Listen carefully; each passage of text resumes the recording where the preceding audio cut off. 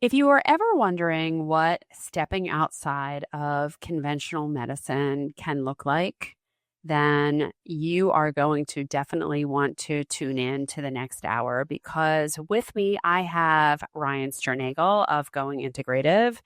And how he got to Going Integrative is a fascinating, deeply heartfelt, and motivating story, and a story of heartbreak and triumph that can really fuel anyone's desire and knowledge and affirm that what you instinctually feel often is the right thing to do. So, Ryan, I want to welcome you to the show. This is your first time on Keeping Abreast.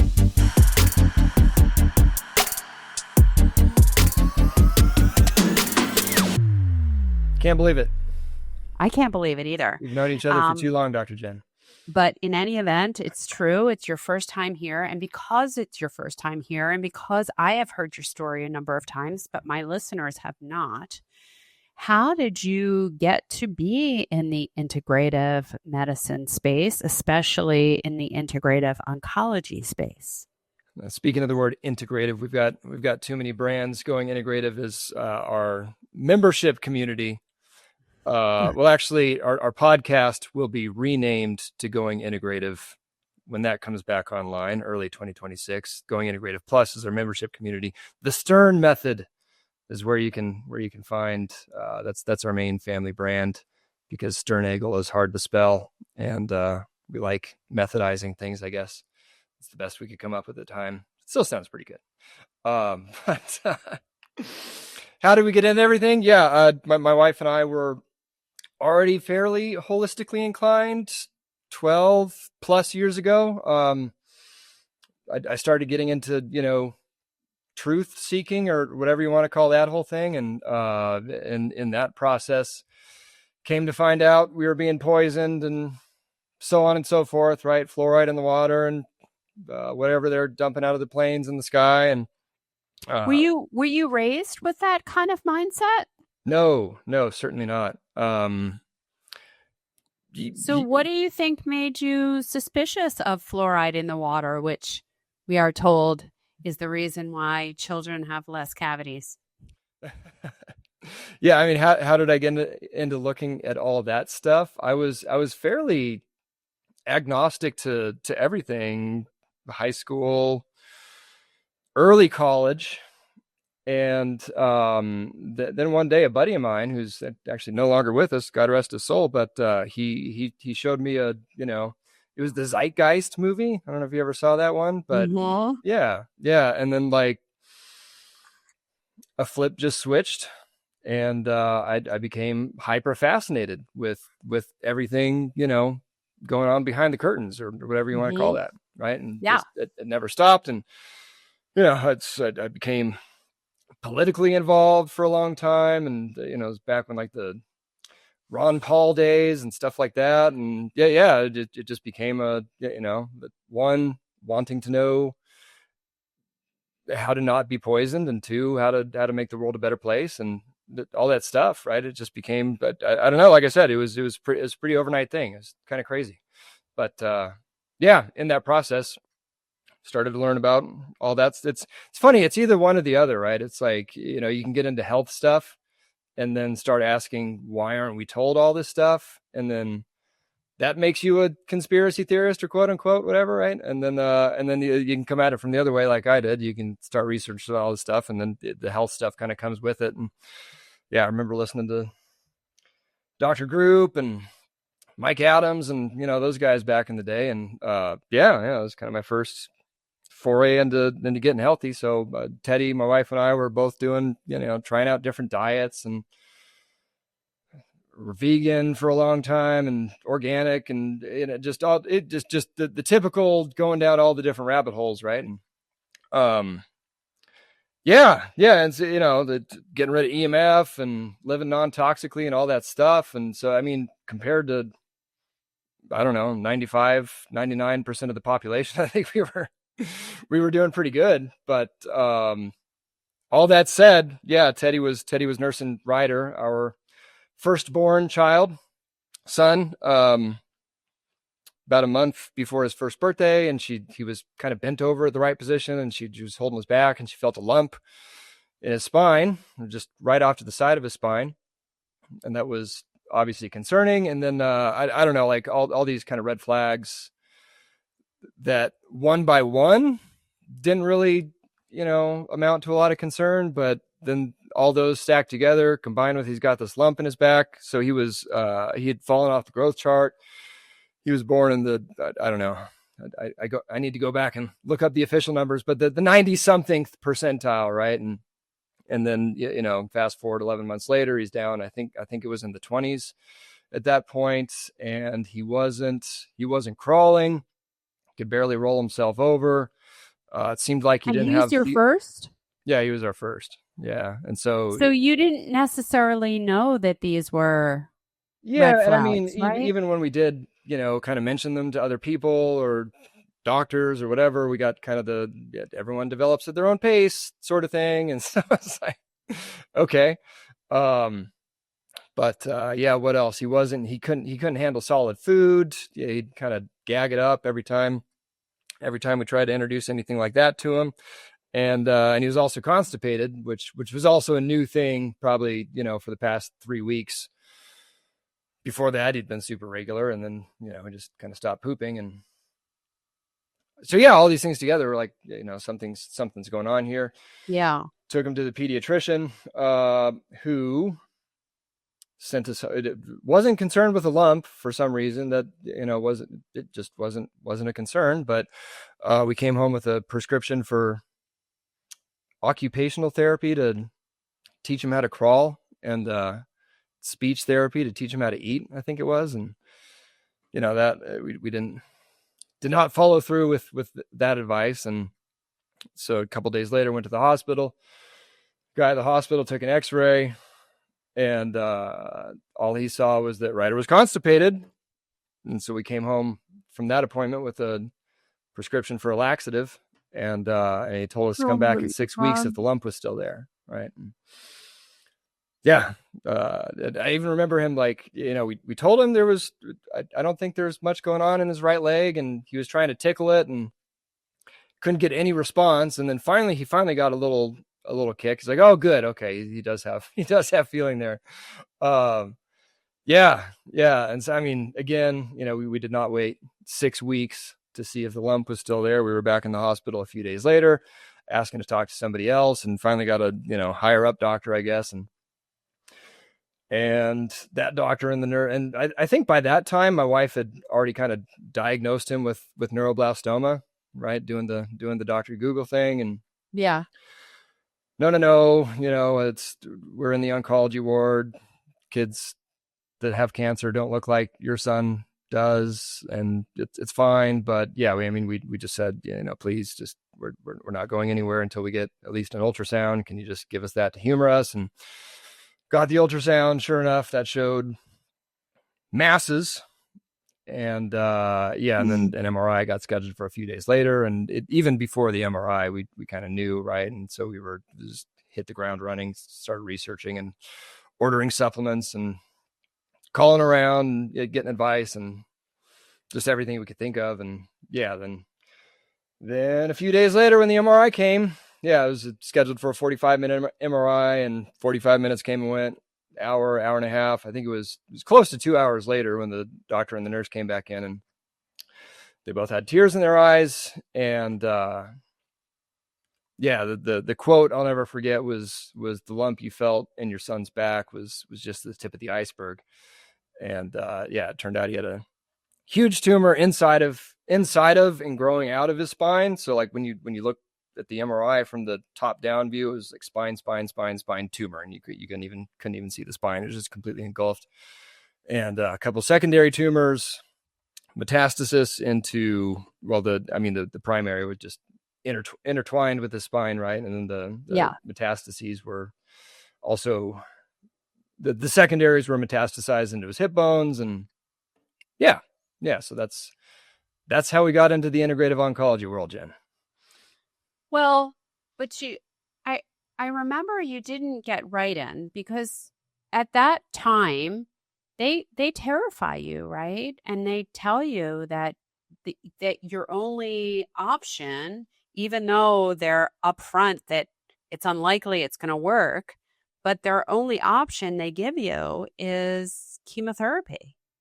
And you had an experience with an inpatient pediatric oncology ward. Can you share what that was like? Yeah, and I will say, I mean, one thing, to be fair, the difference between a lot of childhood cancer diagnoses and adult cancer diagnoses, that, survival rates are better for a lot of them.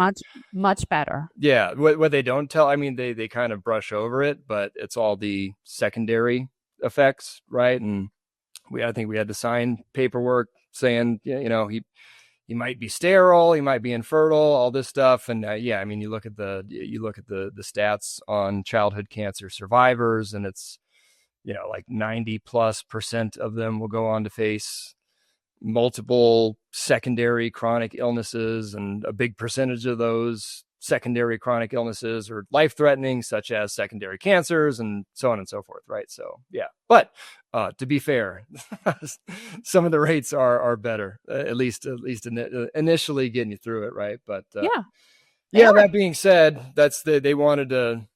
We were in one hospital, and they wanted to put us in an ambulance to go to another hospital 20 minutes away, so we could start chemotherapy all that much faster. And that was the same people telling us to come back in 6 weeks if the lump was still there originally, right? And so it's like, oh, okay. Right. Now it's an emergency. Yeah. And we did not take the ambulance. We drove. And but yeah, and so then when we got to the hospital, we got a biopsy.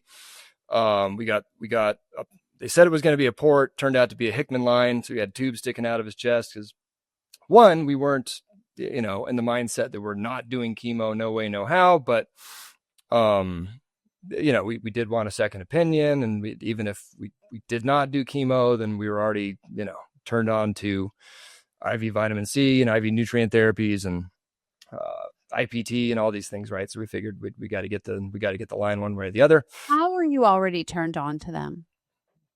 Well, like I said, I mean, we were already holistically inclined. So it was, those few days of research, it was just, not hard to find out about these things, right? Yeah, if you're motivated. So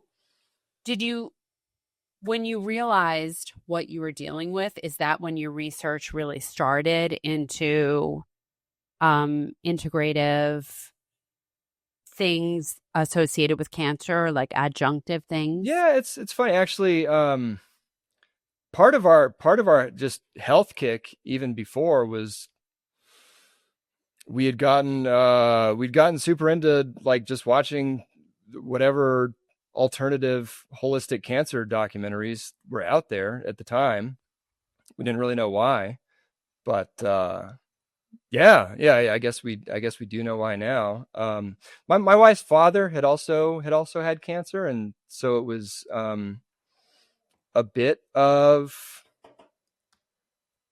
he actually passed away, not of cancer, probably. He was on, he was on kind of low dose chemo for a long time, right? And so it was, so he had passed away just a few months before getting that diagnosis. So I mean, between those two things, we had already kind of found it. We knew about juicing and Gerson and just very what are the kind of the go-to supplements you between were already curcumin well on your and way green to tea being and educated.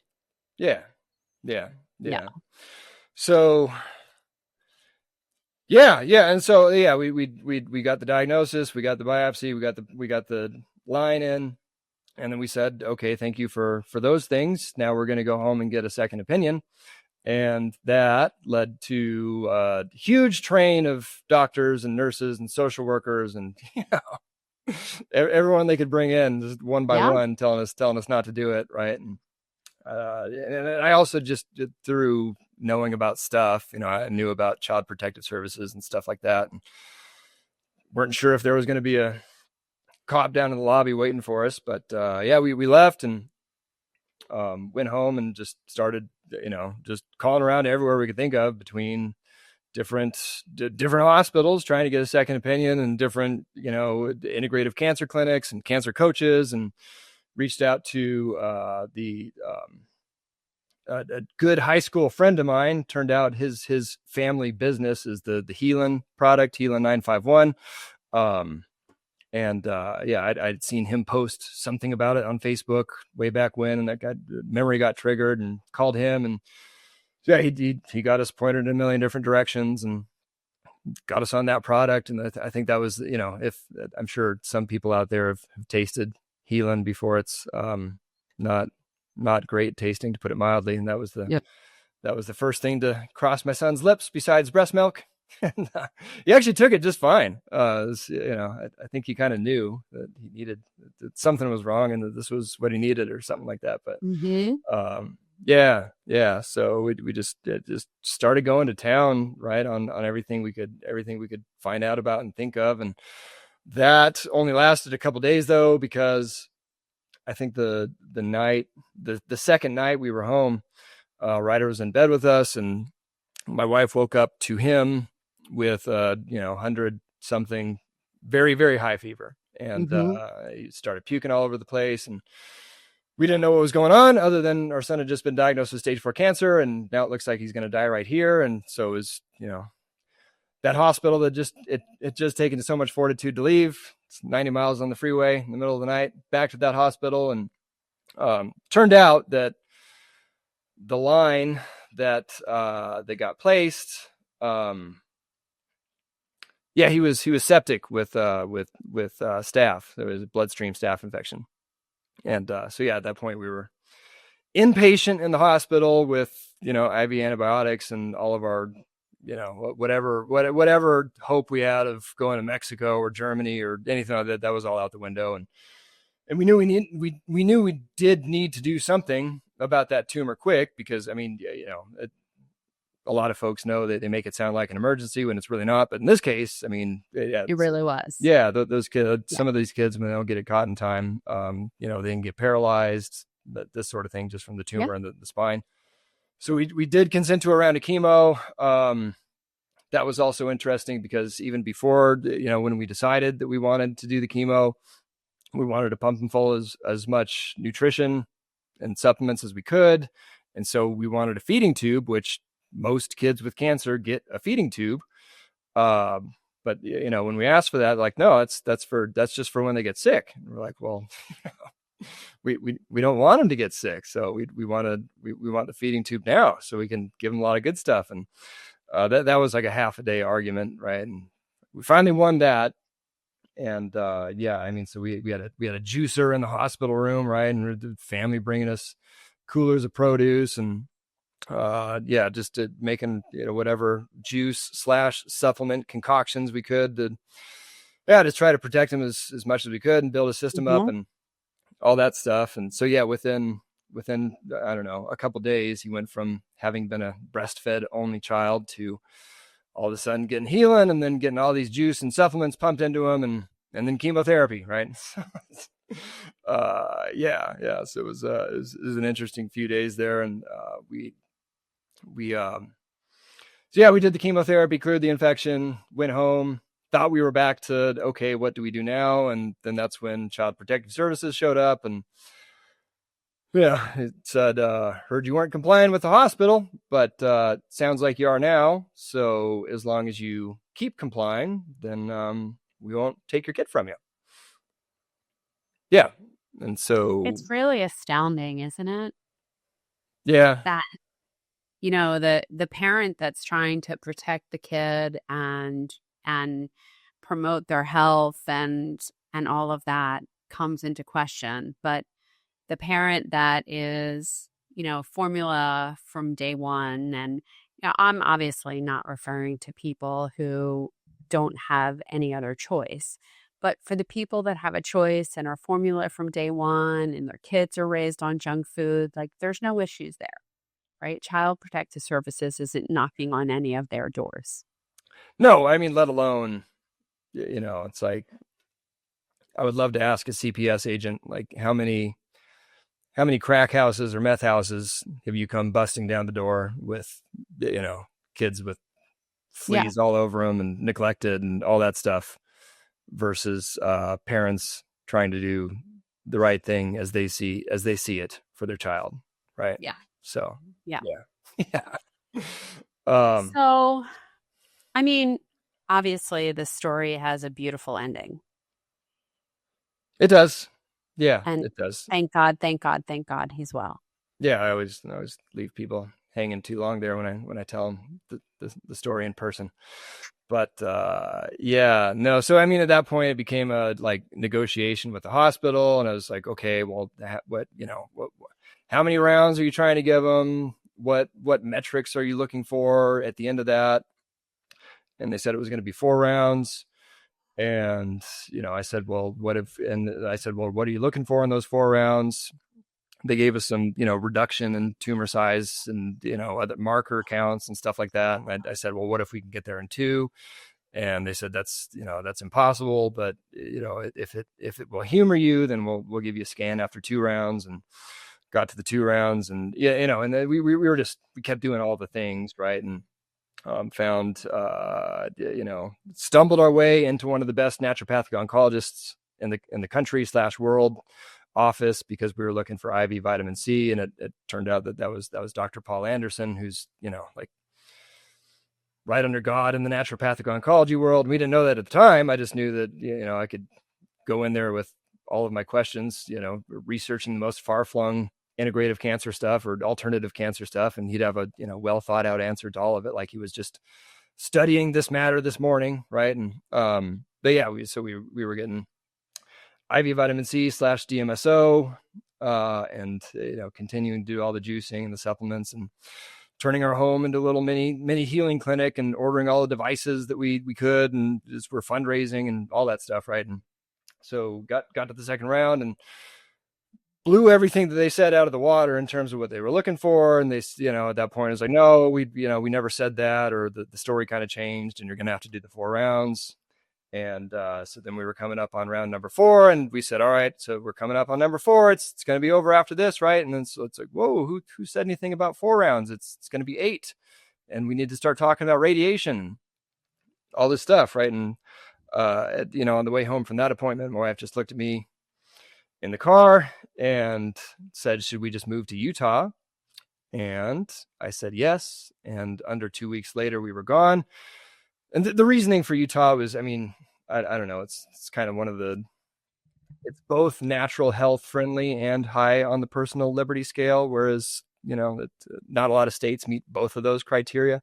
Mm-hmm. And it's not like it's some bastion of medical freedom here. And there's these kinds of stories here in Utah, just like there were there in Washington. But it was a, we anywhere is going to be better than here type situation, and intuition, follow your intuition. And, and we moved, and we did have to transfer to another mainstream hospital. But the team that we landed on was, well, one, they told us that 8 rounds was always his, from day one, that was the standard of care for his diagnosis. So they had never told us that, but it was clear they were just telling us whatever we needed to hear to get us to the next round. Yeah. And so I mean, he was only halfway through the standard of care at that point, but they were cool with backing off. They said we would like you to do more, obviously, but you're the parents and you know best. And that kind of freaked us out too, right? Because it's like we had been, well, it's a lot of responsibility, right? Yeah, we had been fighting for, like, be careful what you ask for. Yeah, it's like, so that was a gut check, right? And it actually took us a couple of days to actually say, okay, yeah, let's back off. But I mean, they were, I mean, they even said, well, you can take a wait and see approach, and if we do need to start again, then we'll turn on a dime and start again, and we'll just get scans every few months and see where he's at. And so yeah, I mean, our story is not an all natural healing story, although there, as we all know, there are plenty of those out there, but it is a story of treating everyone like an individual right? And everyone gets what they need. Yeah. I think probably your objection and my objection to how it's usually handled is that everyone gets the same and there's no deviation and there's no consideration about the person in front of you and what else they're doing and how they're responding. And most people don't have the advocacy to be able to say, okay, I'm done, even though you had proposed 12 cycles and I've only done 6, I'm done. Where do you think you called on your confidence to be able to do that? Because again, it is scary. Yeah, I mean, one, just thank God my wife and I were on the same page the whole time. We always laugh about it that we'll fight over the dumbest stuff, right? When it comes to the really, really big things. Yeah, I don't know how it worked out like that, but I mean, we were just lockstep on the same page, and the craziest decisions, right? Between, I lost my job later on, and we decided not to get another job and just go full time with our online presence that we kind of built up, documenting the story and all that. So, I mean, that's why it breaks my heart whenever it's 95% of the time, right? It's the mom that wants to do all the holistic stuff, and the dad saying just trust the doctors and all that stuff, right? And that's always so. Good job, women, having intuition and all that stuff. And yeah, I mean, it's like so just family, your immediate family support's really, really, really big. And two, I don't know. I mean, I kind of joke about it that I wasn't the quote unquote best kid growing up from some metrics, right? I got good grades, but I think the Did you give your parents a little bit of heartache? Yeah. There's some extra gray hairs on my parents' head. My wife too, and right, it's like maybe we were building up our defiance of authority muscle back in the day is kind of how that's the spin I put on it. So, yeah, I mean, that's always been a really big thing. I mean, especially me, that's never really a rule follower or order follower or whatever you want to call it. And you're still not. Still not. Yeah. Some things never change. And that's a really big thing. But, we were just doing a webinar with one of my favorite doctors, and, it's like that was the parting note he left everybody on is stop looking for approval from outside. Right. And but while we're talking about that, and you did mention how lucky you were that you and your wife are on the same page, right? And you have been on the same page this whole time.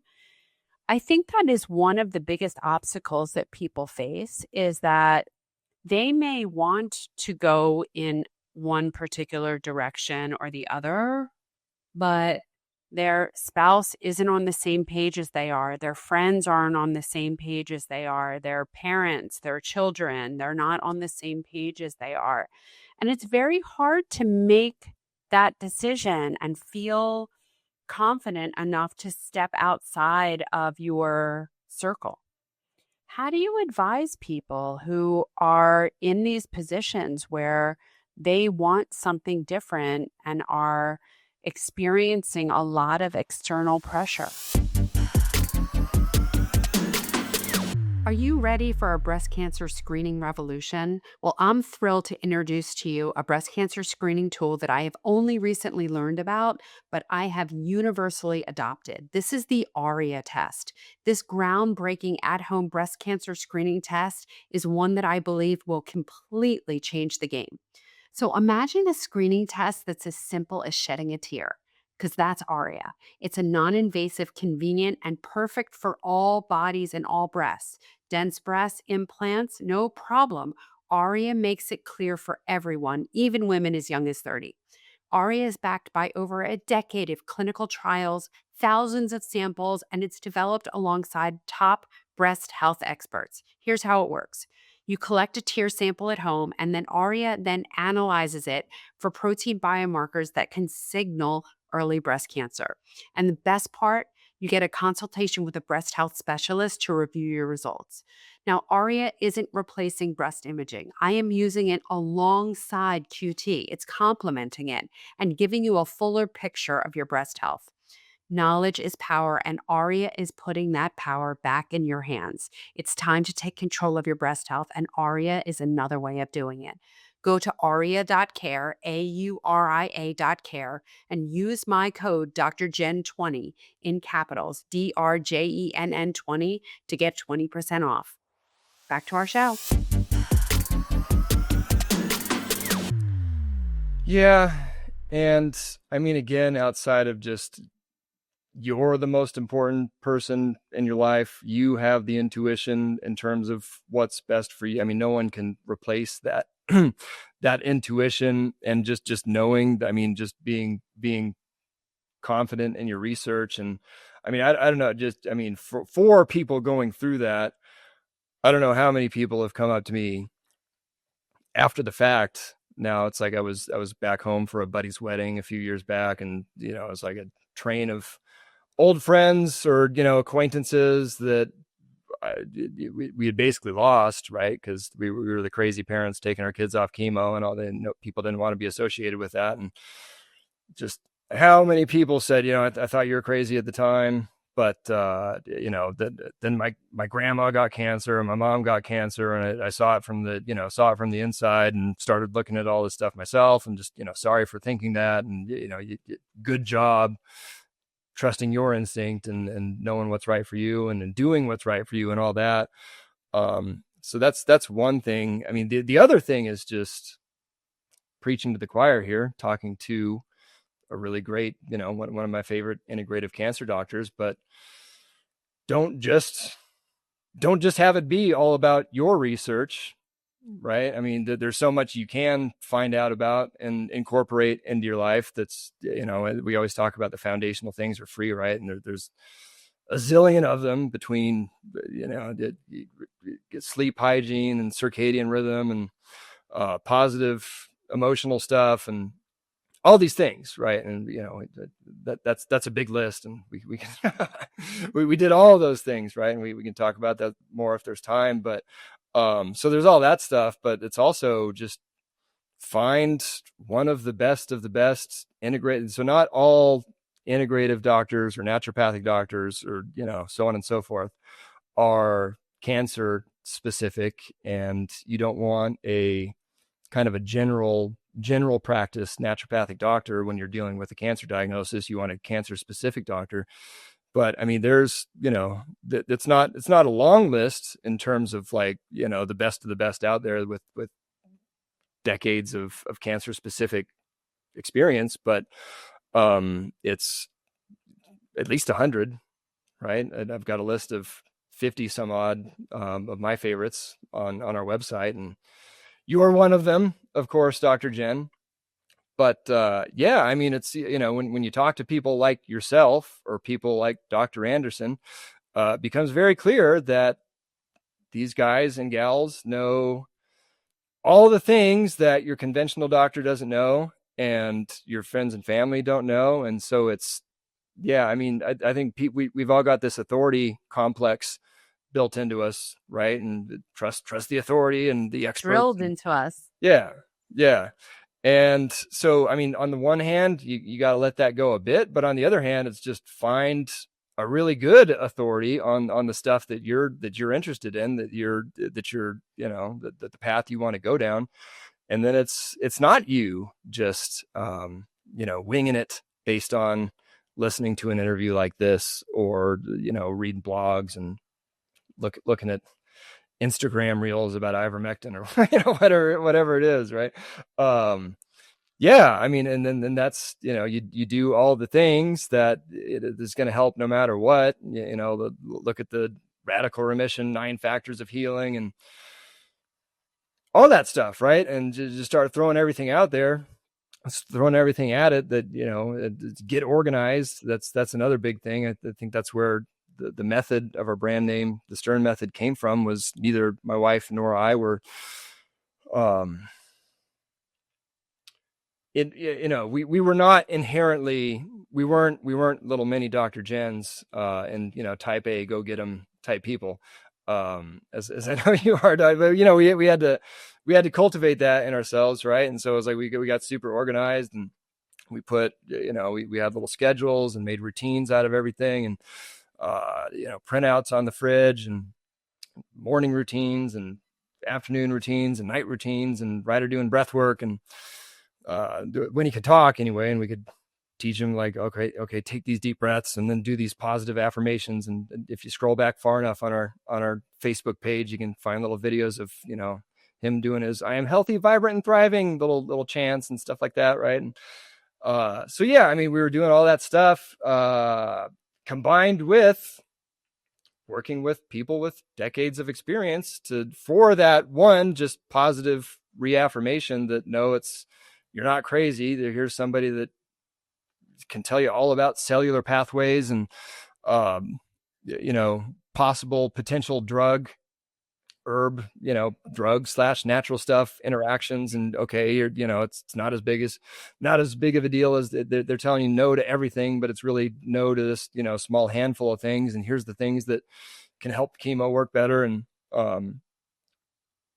prevent side effects. And it's like, why wouldn't it, even if you are doing the full blown, you never question anything as far as the standard of care goes, and you want to do whatever they're saying, why wouldn't you at least protect yourself from side effects, and, probably help all that stuff work better under the care of somebody with decades of experience who knows what the heck they're talking about. Right. So I think most people don't even know that's an option.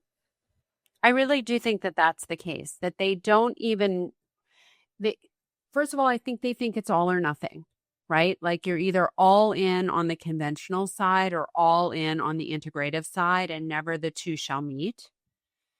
And I don't think that they see the integrative side as supportive for the conventional side. I don't know. What do you think? What do you see?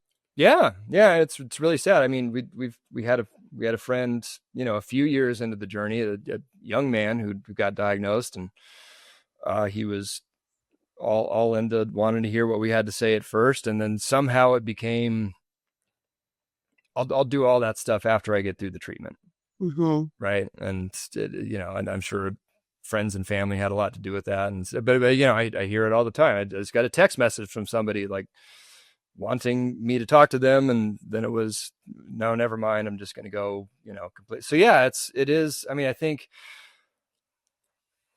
that has been the case. I think things are changing very slowly, and, not quickly enough, but, there's some interesting stuff happening between bridges being built, and, people taking immunotherapy on the integrative side and doing some really, really cool stuff with tailoring it, with, not just giving it because of the standard of care, but tailoring it based on genetic factors, and doing intratumoral rather than flooding the body with it. And, I do see more and more, I don't know, talking to like naturopathic oncologists, right? And they are developing relationships with regular oncologists, and the regular oncologist will kind of discreetly tell them to go see this naturopathic oncologist to mitigate side effects, and so on and so forth. So yeah, it's coming, but I mean, that's the big thing is, why wouldn't you at least protect yourself from all the side effects?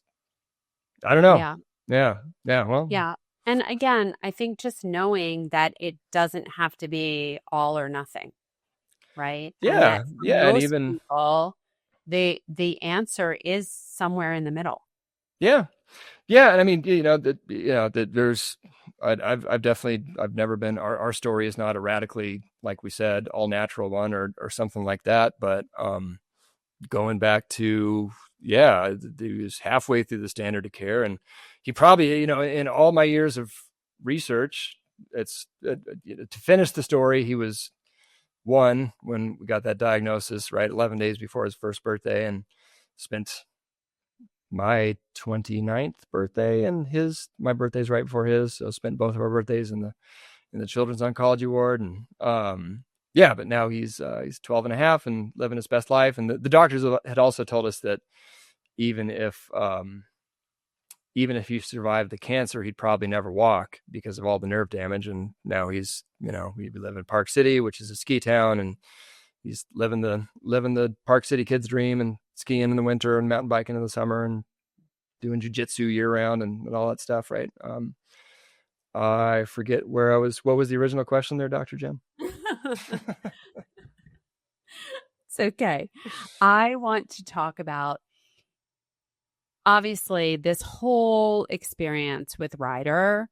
You can look back on it and recount all the really, really difficult times and difficult challenges and the fear and the trauma and all of that. But what came out of it for you that was unexpected? Well, yeah, I mean, I can point to several things, but it's the cliche. Cancer was the worst thing that ever happened at the time, so I thought, but turned out, now we're living a way cooler and better and more high vibration and whatever you want to call it life than we ever thought possible. And people will say I'm grateful for my cancer diagnosis. That's not my place to say, because I'm not the one who had cancer. It was my son, and he's probably got some trauma that he needs to work through. Just you hear about healing past traumas to resolve the cancer, but then cancer that he went through some really rough stuff. So yeah, not my thing to be grateful, but at least my role in it I can be grateful for. And we moved, we went on to be, paranoid's probably not even the right word. It's probably fair to be really concerned about environmental toxicity, right? Your son gets arguably born with cancer, and something must be in the water. So yeah, I mean, we ended up buying a piece of land in the middle of the woods and building a house from the ground up with non-toxic materials and all that stuff. And now we live in this awesome little homestead ranch, whatever you want to call it. We've got horses and donkeys and chickens and ducks, and we walk outside to just woods and moose and elk and deer, and so it's we didn't see that coming, right? Just having this awesome life, and also is a fulfilling your destiny, purpose, whatever you want to call it. Early on, it was like listening to the whatever you want to call it, truth / alternative health podcast, blog people, and it's like, oh man, these guys want to, or these guys get to talk about this stuff all day, and that's their job. I want to do that, and I'd actually been on the side of my day job, just research it, like, okay, I want to figure out how to have a holistic health website of some kind. And then when my son got diagnosed, it was like, oh, all that's out the window. I better just work really hard on my day job and try to afford all this stuff. But then putting everything we were doing out there, just documenting the story for fundraising, right? And we raised tens of thousands of dollars to be able to afford all this stuff. That grew into a following, and that grew into a website and a podcast and stuff like that. And then, yeah, that's when the day job went away, and took it as a sign from the big guy. What did you do for your day job? I don't even think I know. I was a sales guy. I went to school. I had a business degree and thought I was going to be a management consultant. And then I graduated in 2008 when everything went down, and nobody was hiring junior management consultants at the time. And I remember one of my professors, she said in one of the classes, like, about 90% of you will go on to be salespeople. And at the time, I was mentally raising the middle finger, and I'm going to be a consultant. And then here I am selling So at first I was selling copy machines, the cliche cliche sales job. And then the job I had after that, when Ryder was diagnosed, was I was working for a commercial energy savings company. So we made office buildings and malls and stuff like that more energy efficient, which is actually kind of, not a bad job for early mid 20 something year old guy, and got to fly different places. And so, yeah, it actually couldn't say that it was a terrible job. It was actually kind of fun, but yeah, but then that job went away. It wasn't like I got fired sort of thing. They just changed business models and didn't need sales guys anymore. And it was funny. I was speaking at the Annie Appleseed conference a year after. It was the 1 year anniversary of me getting, losing my job, and my boss pocket dialed me, and I called him back, and I said, do you know what today is? And because I didn't know he'd pocket dialed me at the time, but yeah, I said, oh, no way. And, so we talked about that for a minute. He said, Ryan, it's like I fired, I don't know how many people over my lifetime, but you were the one that I slept just fine that night, even knowing your circumstances, because I knew you were destined for something more than working for me. So yeah, I don't know. There's like that old Chinese proverb, right? It's the old man on a farm has his one horse that does all the work for him, or the horse and his son. And then the horse gets away, and all the villagers say, that's so terrible. Your horse got away. And what are you going to do? And the old guy says, maybe it's terrible. Maybe it's not. I don't know. And then the horse comes back, and with a whole herd of horses behind it. And so now he has all these horses, and all the villagers say, oh, that's so great. You got all these horses. He says, I don't know. And maybe it's good, maybe it's not. And then his son is out, trying to train all the horses, and then he breaks his leg, and they say, oh, that's so terrible. And now your son can't help you. And I say, maybe it's terrible, maybe it's not. And then the army comes and drafts everyone in town because there's this crazy war going on. And, and then the son gets spared. And it just goes on and on like that forever, right? And so it's, you never know. Yeah. You never know. And assigning a good or a bad to anything is relative, right? And there are, in most things, there are blessings. There are. Yep. And, we have our, like we were saying at the beginning, we've got our Going Integrative Plus community. We get different doctors on, and people get to ask whatever they want, and these sorts of things. And actually just a couple of days ago, we had one of my favorites, Dr. Jim Roach, on, and, he made the comment that, the tougher souls sign up for something like this, right? Because you want the experience. We're here to learn and grow, right? And so, maybe look at it that way, that you signed up for this. I don't know that we sign up for it, but we definitely are assigned, right? Like, I do think that there is a master plan, and there is a master creator, and created all of us with unique purpose. And sometimes the way that our purpose gets shown to us seems like a little too much to ask and unnecessary, or, as the kids would say, extra. But it's only because it's what you were meant to do, and what you were meant to be, and what you're called to. I do want to ask you, because everything is not all right and everything is not all wrong.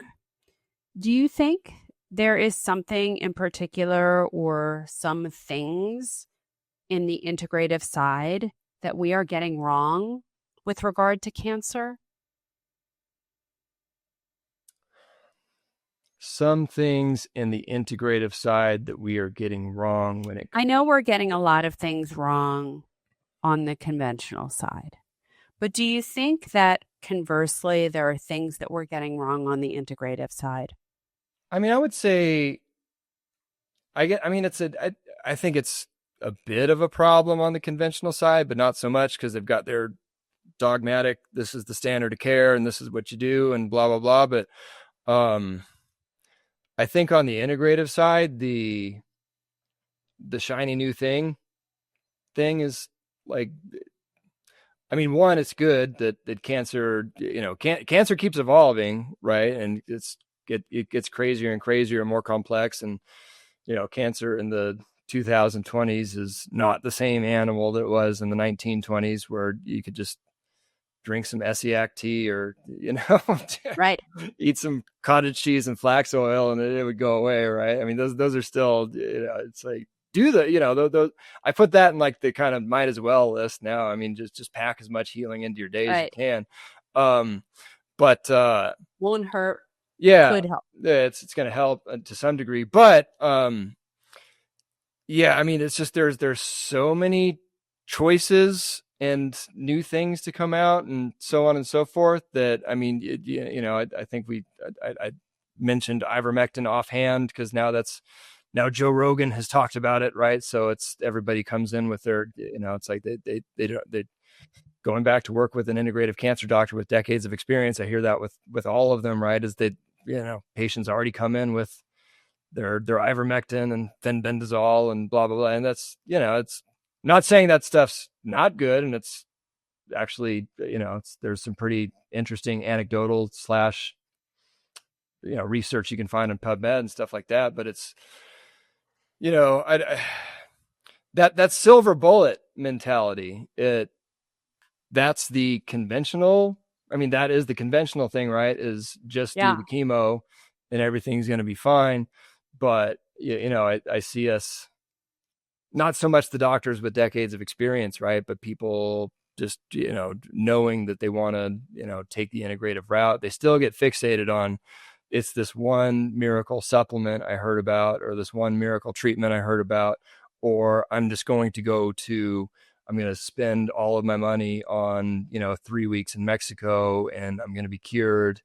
And, and then they've blown all their money on that expensive. And I'm not saying it's bad. If you got that, if that's like, chump change and you got that lying around, then go for it. It's going to be a huge boost. Right. But if you come home to the same toxic mattress that's been off-gassing formaldehyde into your face all these years, and now you just spent all of your money on this clinic and you can't afford a new mattress, you probably should have stayed home and just bought a new mattress and done all. So it's like, I think that's a big thing is, there's still that silver bullet mentality, and, we overlook all of the, I mentioned the radical remission 9 factors of, if you haven't read that book, foundational things. All those foundational things, and, working through your past traumas. And that was challenging that was actually frustrating with my son, right? It's like, how am I supposed to heal past traumas with a 1-year-old? But we kind of came to the realization that, we're energetically connected, and the more we can apply that to ourselves, the more it's going to kind of bleed off onto our son, and blah, blah, blah. And, so it's, I mean, I think that's the biggest thing is just, well, one, get rid of that authority complex, or work with the right authority. And then I guess the other thing is, again, not so much with the doctors, but with, people, it's, when they say, I'm going to go the alternative route, it's like, that's great, but what does that mean to you? Because, I mean, a lot of people, when I hear them say, I'm going to go alternative, and then what that means is, okay, I'm finally avoiding toxicity a little bit, and I'm eating more salads, and I heard about these couple supplements, and I'm doing those things, right? And it's like, cancer. I mean, cancer is, you can call a lot of things, but it's a disease of imbalance is one thing you can call it, and it's all the way extreme, like all the way over here, right? And just doing the middle, just eating healthy and avoiding toxicity, that's not going to bring you back from that extreme situation all the way over here. You got to be extreme all the way over here, because, I mean, chemotherapy, radiation, whatever, that's extreme all the way over here, and that's their version of trying to bring you back to the middle, right? If you're not going to do that stuff, then you need to be extreme all the way over here to get you back to that middle spot. So, I see a lot of that, of people just not really, you got to embrace that this is a season, right? And you're not, it's, it seems overwhelming and daunting. I got to do all this stuff. And I mean, that kind of just turns into the lifestyle, as we all know. It's, you just realize that this becomes part of your life. But then also, I mean, just going super, super extreme on all this stuff. You don't have to go super, super extreme on all this stuff for the rest of your life, but you do need to do it now. And so I see people falling short on that side of things a lot.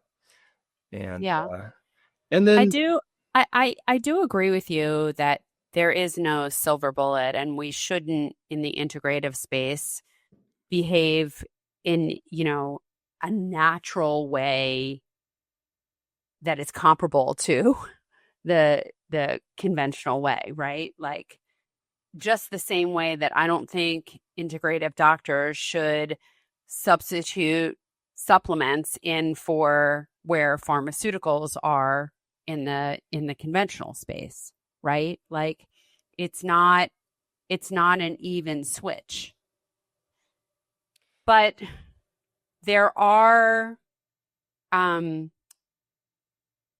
lot of people out there talking about ivermectin, and so I do want to talk about it a little more, because Chris Wark is out there very much against ivermectin, and I think our friend Dr. Nathan Goodyear is out there very much in support of ivermectin. And since it is so talked about right now, do you want to just get into it a little bit and give your 2 cents as to what you think about ivermectin and fenbendazole? Hello, my beautiful listeners. I'm taking a quick break here to share something truly transformative with you today. If you're ready to take control of your breast health journey, then you need to get your hands on a copy of my book, The Smart Woman's Guide to Breast Cancer. I wrote this book to make a massive impact in the world of breast cancer, empowering women everywhere to make informed choices and educated decisions. You have so much more power and control over your health than you might think. And this is a roadmap to harnessing that power. Inside, you'll uncover the truth about conventional treatments, their often overestimated benefits, and underestimated, underexplained, and underdisclosed long-term side effects. But more importantly, you'll discover the true drivers of health and how the choices you make at home every day can lead you to the best health, the breast health of your life, even after a breast cancer diagnosis. Whether you're looking to prevent a diagnosis, avoid recurrence, or simply live your healthiest life, this book is for you. Join me on this journey to empowerment and health. Grab your copy of The Smart Woman's Guide to Breast Cancer today, and let's revolutionize the way that we approach breast health together. Yeah, I mean, I put it in, one, just repeat everything I just said about no silver bullet, so on and so forth. Repeat that ad infinitum. A lot of things, I put them in a time and a place category, right? And I think people that, hear that don't have cancer and just hear about, I should be on ivermectin to stay healthy and maybe get rid of parasites and whatever. It's, well, now you're just taking a pharmaceutical drug with, that there's plenty of all natural things that will get rid of parasites and keep you healthy, that aren't a pharmaceutical drug with, it's got a good safety profile, but it's still an unnatural drug, right? So and still has a side effect profile. Yeah. So it's not nothing. No, it's not nothing. But if you're, if you are truly doing all the things and you need a little extra firepower to force a couple mechanisms of action that aren't moving the needle far enough on the the quote unquote purely all natural side. I don't know. I've interviewed enough integrative cancer doctors who have, who measure things and test things and add things in one by one and see what's moving the needle and what's not, and so on and so forth. And I've heard enough stories now about that being the thing to move the needle, to get somebody back into a good place to where you don't need it anymore. And if you're comparing that to, if you're comparing yes, there are side effects, but if you're comparing it to chemotherapy or radiation, it's probably 1,000th of the side effect of those things. Right. So I don't know. Yeah. I mean, I try my darndest, Dr. Jenn, to stay super undogmatic and, realize that just keep on repeating. You don't know what you don't know. And, yes, you do your best to, build a framework of things you think that you do know and they're good no matter what, and all these things. Right. But always staying open to new information. And yeah, I mean, low dose naltrexone, right? That's another thing where it's like, I would never, I'm not on low dose naltrexone just because it sounds great, but there's a crap load of research out there, and, integrative cancer doctors that implement low dose naltrexone for their cancer patients and see really good results for it. And it's like, I'm not going to be the guy to go out there and say, yes, I'm definitely not going to be the guy to go out there and say, yes, drugs are good for everybody. But I'm also not going to be the guy to go out there and say there's never a time and a place for anything like that. Right.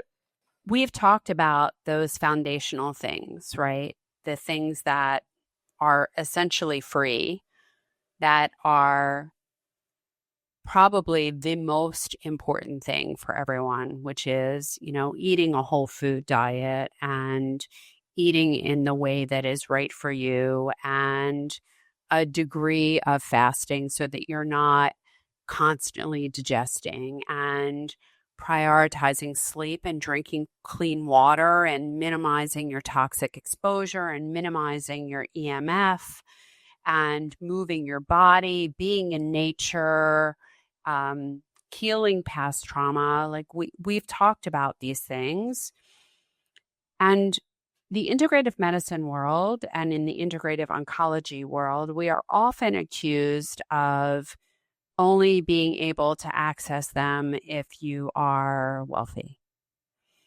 And so as much as there is no silver bullet, and as much as we don't want to have people make these decisions where they're, giving away their last dollar for the new fad thing, is there something in that world that you think is really a game changer? Is there a gadget? Is there a procedure? Is there a something that you really believe in and think that it makes a considerable difference in people's healing journeys? No, there's a few. I would never point to any one gadget or procedure or, something like that. But, in that same vein, well, this isn't free, but turning your home into your own little like healing sanctuary / clinic, right? So on the healing sanctuary part, it's getting rid of EMF and toxicity and physical toxicity and all that stuff. But on the other side of it, it's just, you can think of cancer as something super low vibrational, right? The cellular voltage is gone.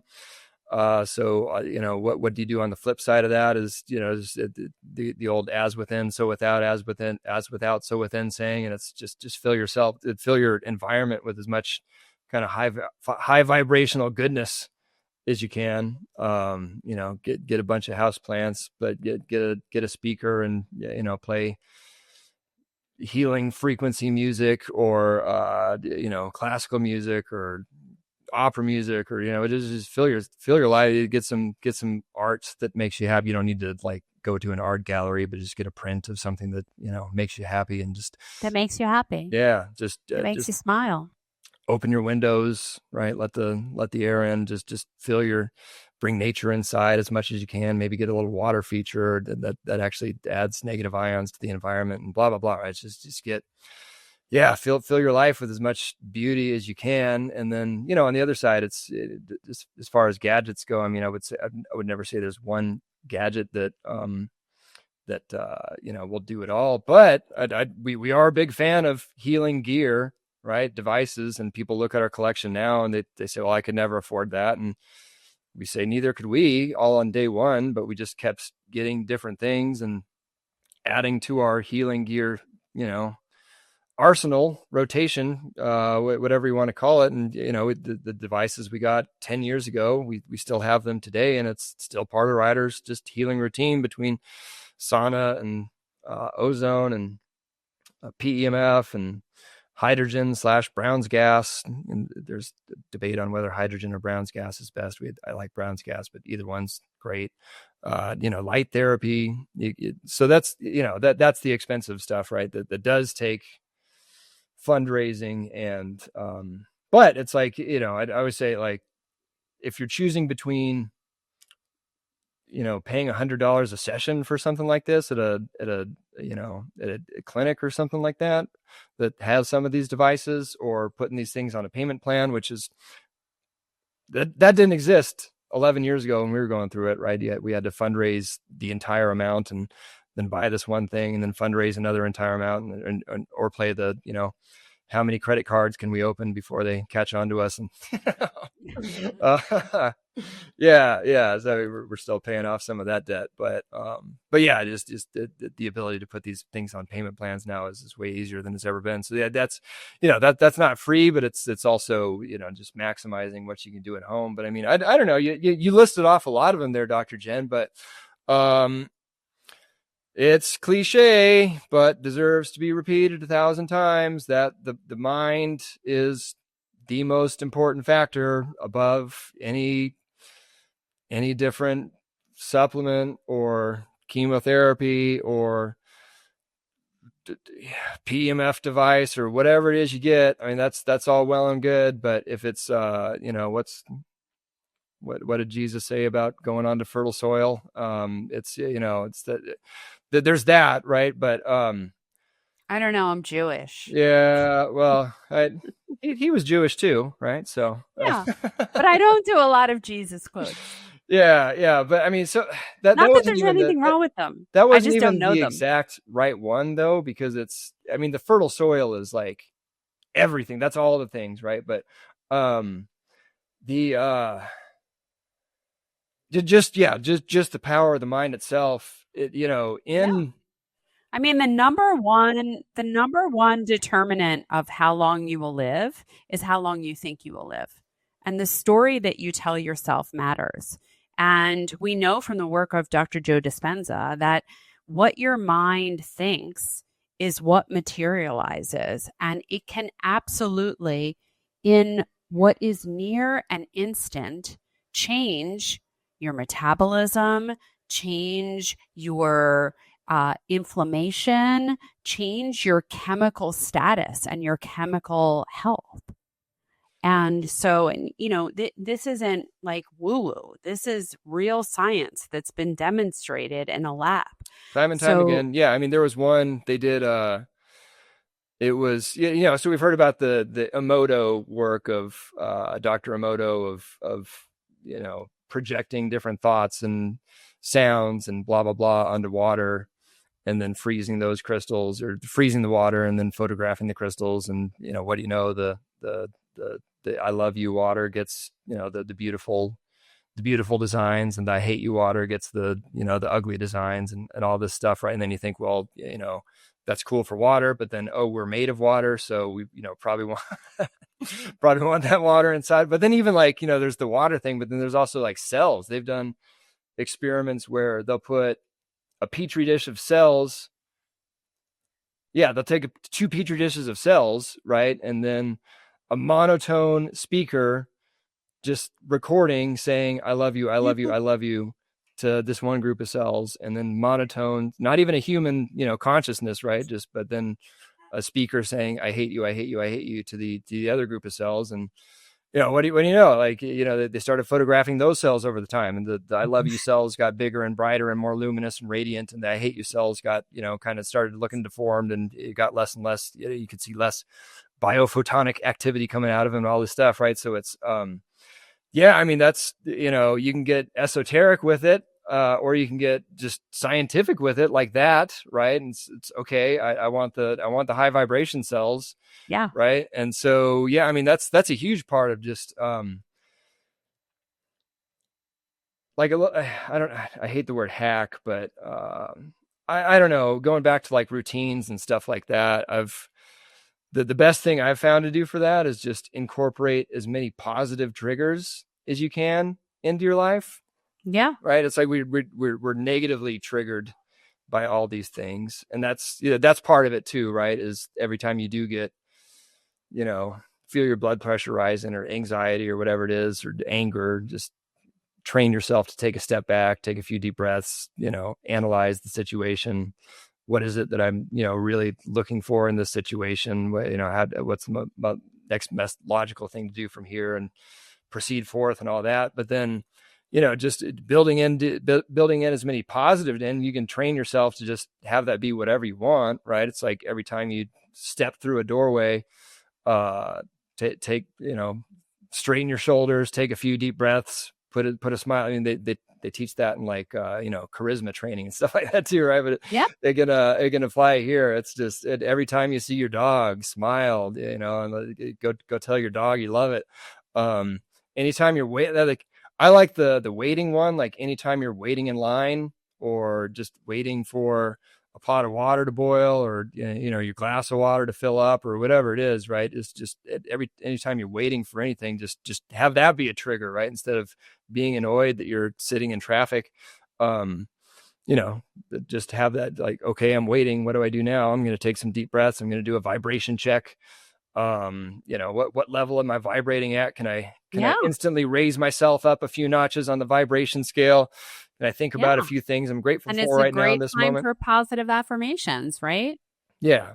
And work all that stuff into your day. Right. I always say, like, there's the positive trigger thing. Right. Every time you step outside, just, oh, wow, this is beautiful. So there's all that, but,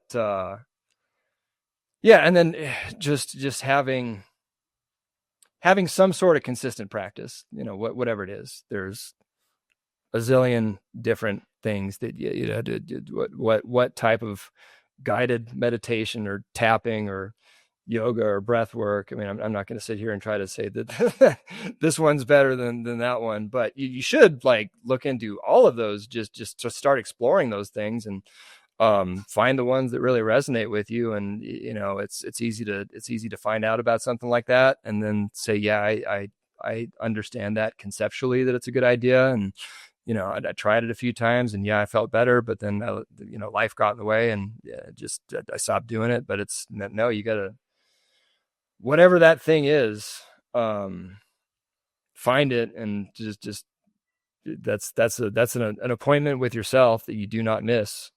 Right. Yeah, absolutely. So I know we're getting close to time. I do want to ask you, because we're often accused in the integrative oncology space of recommending a lot of supplements. And so I just want your take on that, and the ones that you have found to be essential, and how you address that area. Muscle is another thing on the free side.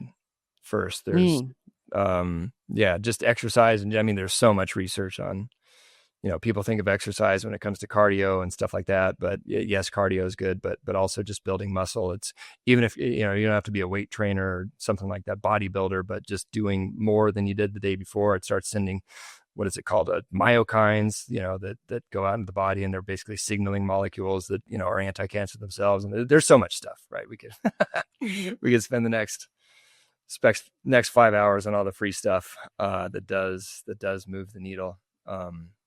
yeah, and you listed a lot of them there, Dr. Jenn. But yeah, on the supplement side, it's funny, right? I'll look at my, printouts from early on that, every time I'm going through old papers or whatever, I'll find some of our old fridge printouts, and a lot of the stuff, it's like, oh, I forgot we even did that, right? But I remember the thought process at the time and made sense, and I'm sure it helped him in some way. So there's some stuff that's kind of fallen by the wayside, and some stuff that's remained throughout the years. And I've just started, over time, I tried to categorize things as much as I could, right? And just put things into different buckets and just make sure I'm hitting all of those different buckets. And, the way my brain spit all that out is, 3 broad categories between Nutrify, which is, kind of base level super nutrition, vitamins, minerals, amino acids, essential fatty acids, trace minerals, all stuff like that. Nutrify, correct and protect. So and then you get into the correct category, and that's detox, gut healing, and homeostasis, right? Balance, adaptogens, things like that. And then you get into the protect category, and that's stuff like, more advanced immune support and mitochondrial support and epigenetic modification, anti-inflammatory stuff like that, right? And it's so yeah, I mean, early on we were going really hard on all of those categories, and then later on, 11 years later, we're still trying to hit all those categories, just in a more strategic. You don't have to, things overlap, and you don't have to do all the things all the time, and just try to rotate through things and make sure you're doing something to heal your gut 1 month and doing something to detox it. It just depends on budget and, how much you want to do. And there's, stuff you can do at home that doesn't involve supplements too. Right. But, yeah. And so then, when it gets to the protect category, there's the more high end stuff too, right? That it's like, those are the things that either you're really, really serious about prevention, or that, you're going to be adding those, more expensive formulations in. When it comes to, I have something I'm trying to reverse right now, whether that's, I mentioned the Healing product, that's not cheap, or things like poly MVA or Metatrol or Pectisol, and stuff that's, not the opposite of cheap, that does cost a lot of money. But then they're not inexpensive. Yeah, but then stepping back from that, there's also, I just call them the classics, right? That have stayed true through the years, and they only keep getting, more and more and more research on all of them. And it's, you hear of it whenever you look through PubMed and try to find out what has the most,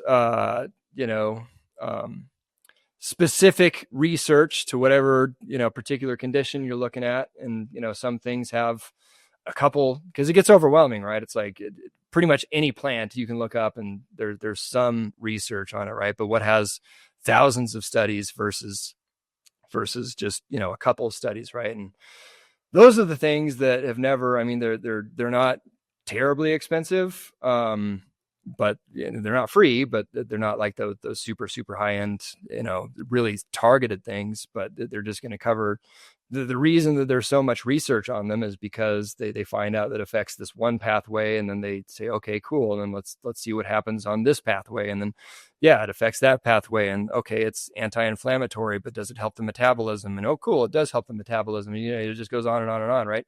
And if they get no's to a lot of those answers, then they just stop researching those plants. But, there's the ones that they just keep getting yeses to, and they, the research keeps growing and growing and growing. And so, yeah, I mean, those aren't anything necessarily entirely exotic, but it's the things that it's like that's going to be our baseline, no matter what other fancy stuff we add on. And, that's, again, curcumin, green tea, / EGCG, right? Or turmeric / curcumin, EGCG / green tea, quercetin, ginseng. Yeah. So, I mean, I'm getting to, and I think what you were trying to prompt me to is, we did, after kind of making these things our baseline for so long, and just being ultra, it's like getting tired of just buying different bottles for all those different things. Right. And then having to, it's just that's a pain, but then also just requesting certificate of analysis from all these different manufacturers and finding out that, okay, this guy did have a really good low heavy metal curcumin over here, but then it got bought by some pharmaceutical company, and now it's terrible, and all this stuff, right? And so yeah, we took all those classics and eventually just rolled them into our own formulation called Hour 7, which, yeah, by the name, it's kind of our 7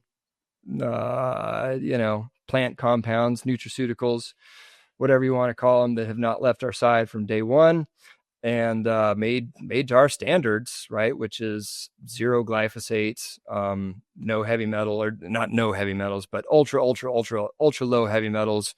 Is there, it's like, are they using synthetic chemicals in their, when they're trying to extract the nutrients or not? Is there a bunch of fillers in it? Or there are fillers in it? Are there unnatural excipients like silicon dioxide and magnesium stearate and so on and so forth? So yeah, I mean, we did just what we always wanted somebody to do, is rolling all these things into one product, and with the highest possible degree of, we made it for Ryder, right? Because these are all the questions we asked for Ryder, yeah, we made it for him, and now we're putting it out there for everybody. So that's yeah. I love it. I take it every day when I can get it. Yeah, on that note, I mean, probably should mention, we did set up a code for this. Dr. Jenn can, so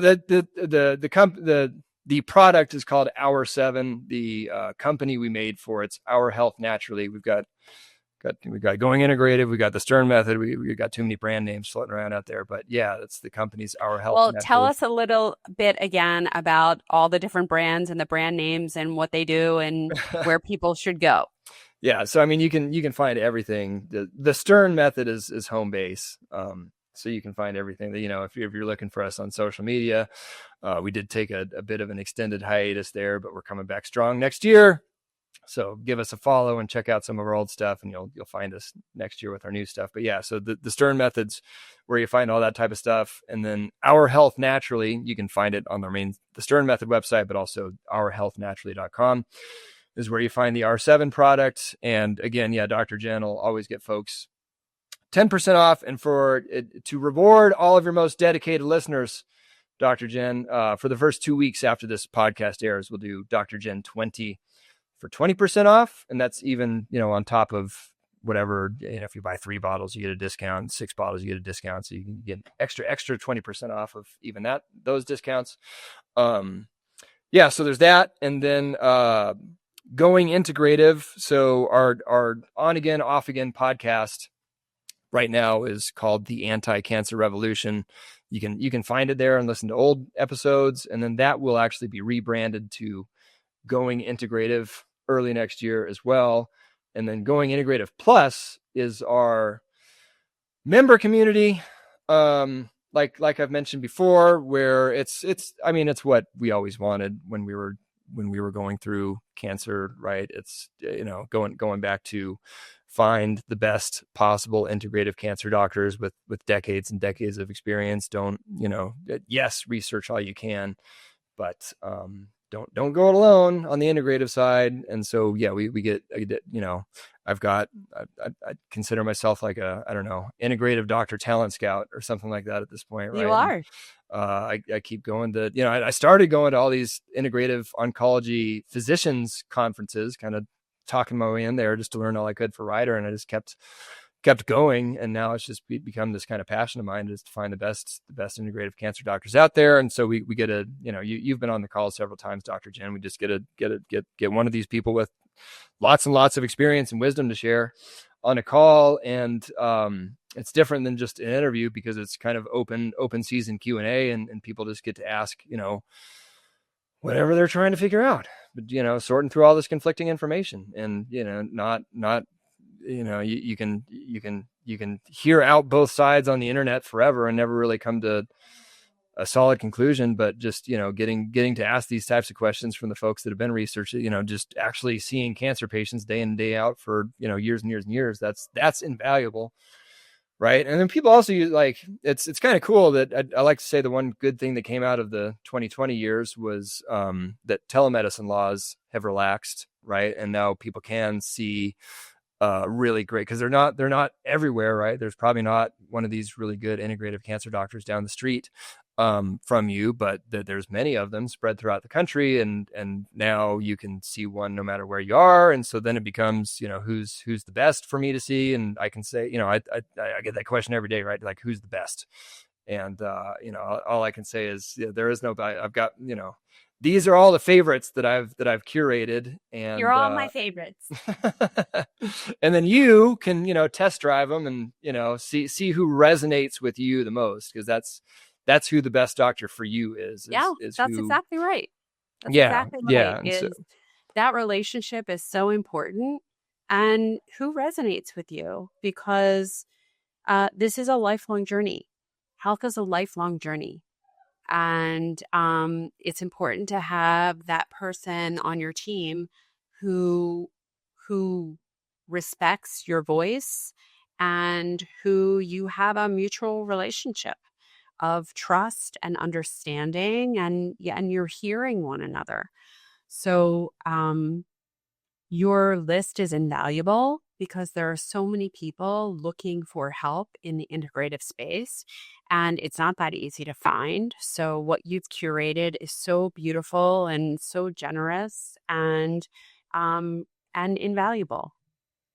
Yeah. As was this conversation today. I should know, Dr. Jenn, if folks want to try that out, they can do Dr. Jenn 50 there on goingintegrativeplus.com and get half off their first month. And maybe you'll be on a Dr. Jenn Q&A with us, or you will be. Yeah. But yeah, no, Dr. Jenn, really, really appreciate you having me on. This has been a long time coming. It was my pleasure. So happy to see you. We won't make it so long before your next visit. And happy that all of you joined us today. And if you can share this conversation with someone that you love, I'm sure that they would benefit from it. And I'm delighted to have been with you today, and know that I will do that again. And I will be back next week, same time, same place. It's Dr. Jenn. Bye for now.